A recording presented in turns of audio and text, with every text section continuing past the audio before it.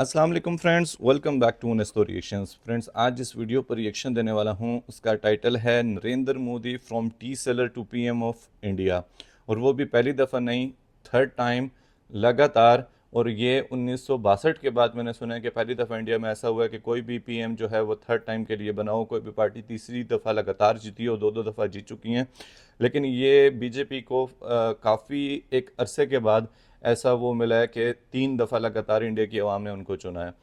तो मैं आपको सच बताऊं तो मुझे फ़र्स्ट टाइम ऐसा था कि जो इंडिया के चुनाव हो रहे थे उसमें थोड़ी दिलचस्पी थी, क्योंकि मुझे अब थोड़ा बहुत रिएक्शंस दे देकर एक इंटरेस्ट हो गया है इंडिया की पॉलिटिक्स में। वैसे मैं पॉलिटिक्स से दूर ही रहता हूँ, ख़ासतौर पे हमारा इंडिया की पॉलिटिक्स से इतना ज़्यादा वो नहीं होता, समझ भी नहीं थी मुझे। लेकिन इस दफ़ा ये हुआ कि क्योंकि मैं थोड़ा बहुत टेलीविज़न देखता रहता हूँ, इंडियन चैनल्स भी देखता हूँ, थोड़ा फॉलो करता हूँ, तो इस दफ़ा कैंपेन बहुत ही ज़्यादा टफ चल रही थी। और एक नारा लगा था बीजेपी की तरफ से, अब की बार 400 पार। और जितने एग्जैक्ट पोल थे वो बता रहे थे कि 370 से 400 के दरमियान सीट्स आएंगी बीजेपी इत्तेहाद की, एनडीए की, और जो एनडीए है वो 150 के करीब लेगा सीट्स। लेकिन यार, मेरे लिए थोड़ा सा शॉकिंग हुआ है जब रिजल्ट्स आए तो काफ़ी क्लोज, बहुत क्लोज हुआ कॉन्टेस्ट। मुझे ऐसा लग रहा था कि हो सकता है कि जैसे वो बता रहे थे कि अब इतना हो चुका है कि एक कमज़ोर हुकूमत बनेगी, क्योंकि जो साथ के इत्तेहादी हैं जिन्होंने सीट्स जीती हैं उनको भी अब हुकूमत में एक अच्छा हिस्सा देना पड़ेगा। और वैसे भी जो आइन में तरमीम की बात हो रही थी, जो आइन में बदलाव की बात हो रही थी, वो करनी मुश्किल हो जाएगी।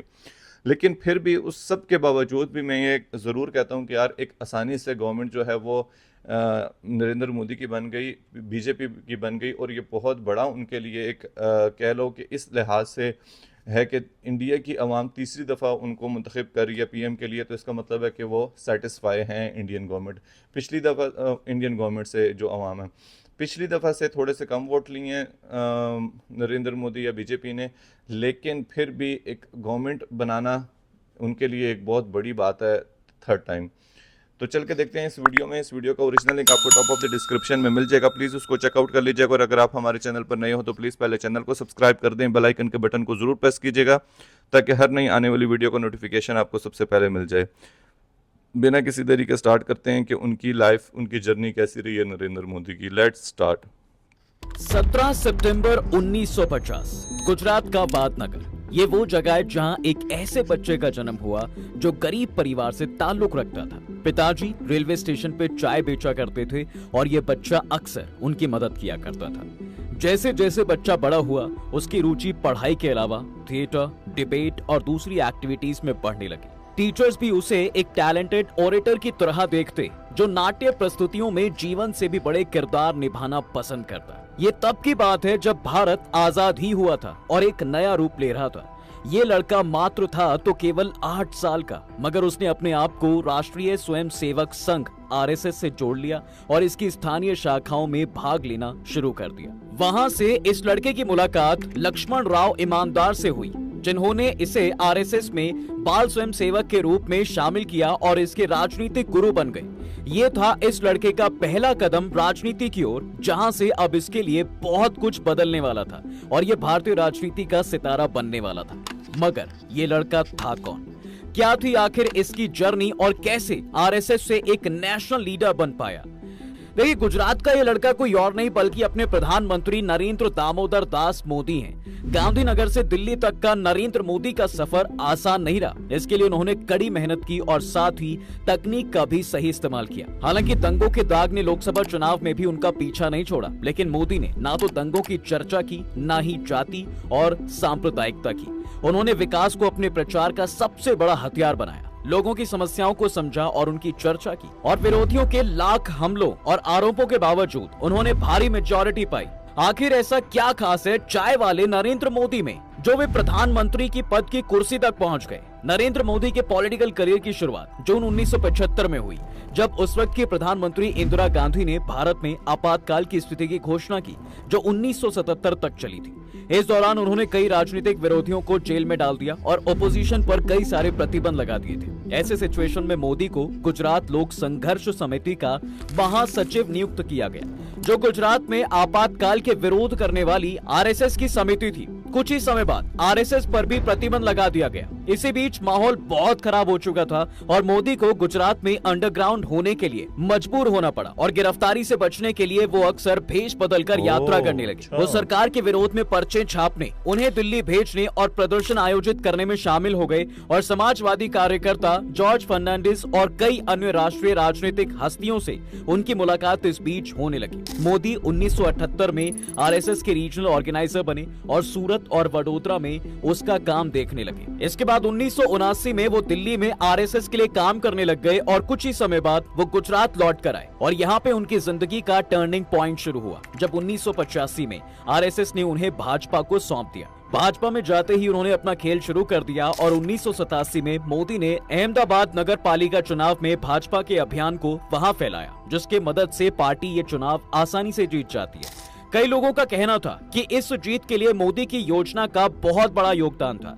इसका फल भी मोदी को मिला, जब 1986 में लाल कृष्ण आडवाणी के भाजपा के अध्यक्ष बनने के बाद आरएसएस ने अपने सदस्यों को पार्टी के अंदर इंपॉर्टेंट पोस्ट पर रखने का फैसला किया और मोदी को भी इसमें शामिल किया गया। 1987 में मोदी को भाजपा की गुजरात का ऑर्गेनाइजिंग सेक्रेटरी चुना गया। ये तो वो फेज था जहां मोदी ने आरएसएस और भाजपा की हर रैली में बढ़ चढ़कर पार्टिसिपेट किया और अपने आप को पार्टी के बड़े चेहरों के साथ धीरे धीरे फेमिलियर लगने लगे। मगर इसके बाद उनकी लाइफ में एक ऐसा फेज आने वाला था जहां से उनका सब कुछ बदलने वाला था। उन्होंने सपने भी नहीं सोचा होगा कि इतनी जल्दी पार्टी उनको इस कमान पे बैठा देगी। यहाँ से शुरुआत हुई मोदी की इस जर्नी के 2.0 वर्जन की। मोदी पार्टी का एक प्रोमिनेंट चेहरा बन चुके थे और 1990 में उन्हें नेशनल इलेक्शन कमेटी का मेंबर घोषित किया गया। इसके बाद ही 1990 में आडवाणी की रामकथा यात्रा और मुरली मनोहर जोशी की 1991-92 एकता यात्रा मोदी द्वारा आयोजित की गई, जिसमें खुद उन्होंने हर कार्यकर्ता को पार्टिसिपेट करने के लिए प्रोत्साहित किया। मगर इस बीच उनके गुजरात के भाजपा सांसद शंकर सिंह वाघेला के साथ मतभेद भी होने लगे थे, जिसकी वजह से उन्होंने राजनीति से कुछ समय का ब्रेक ले लिया। इस बीच मोदी की आडवाणी के साथ मीटिंग होती है, जिसके बाद 1994 में मोदी चुनावी राजनीति में फिर से लौट आते हैं और उनको पार्टी का सेक्रेटरी बना दिया जाता है। मोदी की चुनावी रणनीति को 1995 के स्टेट इलेक्शन में भाजपा की जीत का केंद्र माना गया। उसी साल नवंबर में मोदी को भाजपा का नेशनल सेक्रेटरी नियुक्त किया गया और नई दिल्ली भेज दिया गया, जहां उन्होंने हरियाणा और हिमाचल प्रदेश में पार्टी की जिम्मेदारी संभाली। अगले साल गुजरात में एक इम्पोर्टेंट भाजपा नेता शंकर सिंह वाघेला लोकसभा चुनाव में अपनी संसदीय सीट हारने के बाद भारतीय राष्ट्रीय कांग्रेस में शामिल हो जाते हैं। 1998 में मोदी गुजरात विधानसभा चुनाव के लिए चयन समिति में थे और इस बीच भाजपा में काफी ज्यादा फूट भी चल रही थी। मगर मोदी ने जैसे तैसे पार्टी को संभाला और 1998 के चुनाव में भाजपा को बहुमत दिलाने में उनकी रणनीति को मुख्य श्रेय दिया गया और उसी साल मई में मोदी को भाजपा का जनरल सेक्रेटरी बना दिया गया था। इसी बीच 2001 में गुजरात के चीफ मिनिस्टर केशुभाई पटेल का स्वास्थ्य खराब चल रहा था और भाजपा उपचुनावों में कुछ राज्य विधानसभा सीटें हार गई और उनपे सत्ता के दुरुपयोग, भ्रष्टाचार और खराब प्रशासन के आरोप लगाए गए। और ऊपर से 2001 में भुज में आए भूकंप से निपटने के उनके प्रशासन के तरीके से पटेल की इमेज को काफी नुकसान पहुंचा था। ये सिचुएशन भाजपा के लिए दिक्कत बन रही थी। तभी भाजपा की नेशनल लीडरशिप ने मुख्यमंत्री पद के लिए एक नए उम्मीदवार की तलाश शुरू कर दी और मोदी, जिन्होंने तब पटेल के नाकामी को सीनियर बीजेपी के मिनिस्टर्स को साझा किया, तब भाजपा के नेताओं ने उनको रिप्लेसमेंट चुन लिया। मगर दूसरी तरफ आडवाणी पटेल को अपमानित भी नहीं करना चाहते थे और मोदी के सरकार में अनुभव की कमी को लेकर भी चिंतित थे। माहौल गुजरात में उस वक्त गर्म चल रहा था और मोदी को पटेल का उप मुख्यमंत्री बनने का प्रस्ताव दिया गया, मगर उन्होंने इसको अस्वीकार कर दिया। उन्होंने आडवाणी और अटल बिहारी वाजपेयी से सीधा कहा कि वो गुजरात के लिए पूरी तरह जिम्मेदार होंगे या बिल्कुल नहीं। मोदी के बढ़ते पावर को देखते हुए बीजेपी ने 3 अक्टूबर 2001 को मोदी को आगामी दिसंबर 2002 के चुनाव की कमान सौंप दी और पटेल को गुजरात के मुख्यमंत्री के पद से हटा दिया। अब ये वो पल था जहां से मोदी का वर्चस्व शुरू होने वाला था और गुजरात में एक नई कहानी शुरू होने को थी। 7 अक्टूबर को मोदी ने शपथ ली और उन्होंने 24 फरवरी 2002 को राजकोट में उपचुनाव जीतकर कांग्रेस के अश्विन मेहता को हराकर गुजरात स्टेट लेजिस्लेचर में एंट्री कर ली। मगर इस बीच मोदी पर सबसे बड़ा दाग जो लगा था वो था 27 फरवरी 2002 को गोधरा में जो हादसा हुआ और उसकी वजह से जो पूरे गुजरात में तनावपूर्ण माहौल बन गया था, वो उस टाइम मोदी की सबसे बड़ी गलती बताई गई थी। भाजपा के बड़े नेता भी इस हादसे के बाद चुप से हो चुके थे और इसके बाद ओपोजिशन के स्टेट और नेशनल लीडर्स ने मोदी से मुख्यमंत्री पद से इस्तीफा देने की भी मांग की और ओपोजिशन पार्टीज ने संसद को ठप कर दिया। इस मुद्दे पर मोदी ने अप्रैल 2002 में गोवा में भाजपा की नेशनल एग्जीक्यूटिव मीटिंग में अपना इस्तीफा सौंप दिया, लेकिन इसे स्वीकार नहीं किया गया था। इसके बाद दिसंबर 2002 में गुजरात में दोबारा चुनाव करवाए जाते हैं और भाजपा यहां 182 में 127 सीटें जीत जाती है। उन्होंने कांग्रेस उम्मीदवार यतीन ओझा को हराकर मणिनगर से ये एरिया जीता था और इसके साथ ही 22 दिसंबर 2002 को मोदी ने दूसरे कार्यकाल की शपथ ली। इसी बीच मुसलमानों के साथ मोदी के रिश्ते की लगातार आलोचना भी होती रही। 2004 के भारतीय आम चुनावों से पहले प्रधानमंत्री अटल बिहारी वाजपेयी ने नॉर्थ इंडियन मुस्लिम से बातचीत की और बाद में वाजपेयी ने गुजरात में हिंसा को भाजपा की चुनावी हार का कारण बताया और कहा कि मोदी को पद पर छोड़ना एक गलती थी। इस बीच वेस्टर्न कंट्रीज ने मुसलमानों के साथ मोदी के संबंधों पर भी सवाल उठाए और अमेरिका और यूरोप में मोदी की एंट्री पे बैन तक लगा दिया गया। इन आलोचनाओं के बीच फिर भी मोदी गुजरात के चीफ मिनिस्टर रहे और गुजरात को काफी डेवलप किया गया। मुख्यमंत्री के रूप में मोदी प्राइवेटाइजेशन और स्मॉल गवर्नमेंट के पक्षधर थे, जो आरएसएस की पॉलिसी के विपरीत था, जिसे एंटी प्राइवेटाइजेशन और एंटी ग्लोबलाइजेशन कहा गया। मगर दूसरे कार्यकाल के दौरान मोदी की नीतियों को गुजरात में भ्रष्टाचार कम करने का श्रेय दिया गया। उन्होंने राज्य में फाइनेंशियल एंड टेक्नोलॉजी पार्क स्थापित किए और 2007 के वाइब्रेंट गुजरात शिखर सम्मेलन के दौरान 6.6 ट्रिलियन के रियल एस्टेट निवेश सौदों पर साइन किए। गुजरात को आगे बढ़ता देख बीजेपी में मोदी की इमेज बढ़ती ही जा रही थी। धीरे धीरे उनका पार्टी में पद ऊंचाई पर पहुंच रहा था और उनका देश भर में नाम होने लगा। बीजेपी उनकी पॉपुलैरिटी को देखते हुए 2014 लोकसभा चुनाव से पहले उनको प्रधानमंत्री का चेहरा नियुक्त कर देती है। लोकसभा इलेक्शन के अभियान के दौरान मोदी ने पिछली कांग्रेस सरकार के तहत भ्रष्टाचार के घोटालों पर ध्यान केंद्रित किया और एक राजनेता के रूप में अपनी छवि का इस्तेमाल किया, जिसने गुजरात में हाई रेट जीडीपी की दर बनाई थी। उन्होंने खुद को एक ऐसे व्यक्ति के रूप में पेश किया जो स्पेसिफिक पॉलिसीज पर ध्यान दिए बिना विकास ला सकता है। उनके संदेश को युवा और मिडिल क्लास के लोगों का समर्थन भी मिला। इस लोकसभा चुनाव में मोदी का मैजिक चल पड़ा और भाजपा ने 31% वोट हासिल किए। इस बार लोकसभा में उनकी सीटों की संख्या 2 गुने से भी अधिक बढ़कर 282 हो गई। 1984 के बाद से वो अपने दम पर मेजॉरिटी सीटें जीतने वाली पहली पार्टी बन गई। मोदी ने ये लोकसभा सीट 2 जगहों से लड़ी थी, वाराणसी और वडोदरा।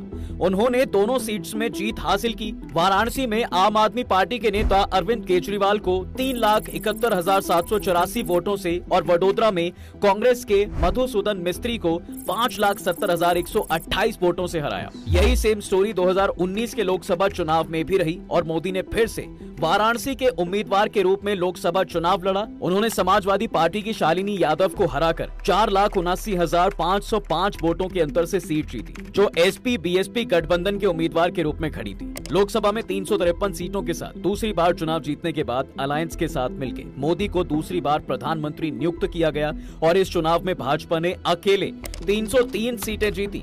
इस कार्यकाल में मोदी ने भारत में काफी काम करवाए, जिनमें देश के पुराने ट्रांसपोर्ट नेटवर्क्स को बहुत अच्छा किया गया और छोटे गांवों को प्रमुख शहरों से जोड़ने वाले राजमार्गों का निर्माण किया। उनके प्रशासन ने new power plants and maritime projects का निर्माण किया। इसके साथ ही देश की सैन्य क्षमताओं को भी बढ़ाया और इन्होंने खेल विज्ञान और हाई एंड टेक्नोलॉजी में पैसा निवेश भी किया, जिससे भारत को विश्व मंच पर आगे बढ़ने में मदद मिली।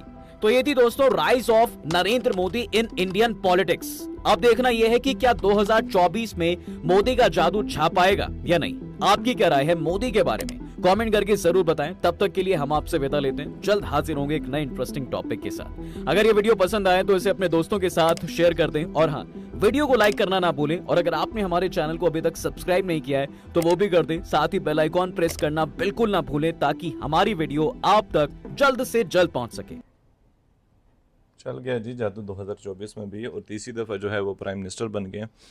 मुझे कुछ दोस्त ये भी बताते थे कि जब नरेंद्र मोदी के बाद वो जो इनकी कुछ पॉलिसीज़ होती हैं कि एक सर्टन एज के बाद जो है वो खुद रिटायरमेंट ले लेते हैं। तो इसका मतलब है कि ये नरेंद्र मोदी का ये लास्ट एक टेन्योर है। तो मेरे ख्याल से ये अपनी पूरी कोशिश करेंगे कि इस टेन्योर में ज़्यादा से ज़्यादा डिलीवर करें। वैसे तो ज़ाहिर सी बात है कि ये एक जो अपोजिशन अच्छी एक अपोजिशन होना भी एक हेल्दी साइन होता है किसी भी डेमोक्रेसी में, क्योंकि अगर आपकी अपोजिशन नहीं है तो फिर बहुत मुश्किल होता है कि एक तवाज़न कायम रखना करप्शन को कम करने के लिए। जब आपकी अपोजिशन अच्छी होती है तो फिर आप में ज़्यादा एक एनर्जी होती है इस चीज़ के लिए कि मैंने डिलीवर करना है, ताकि अपोजिशन को ये चीज़ फ़ायदा ना दे अपनी कैंपेन रन करने के लिए।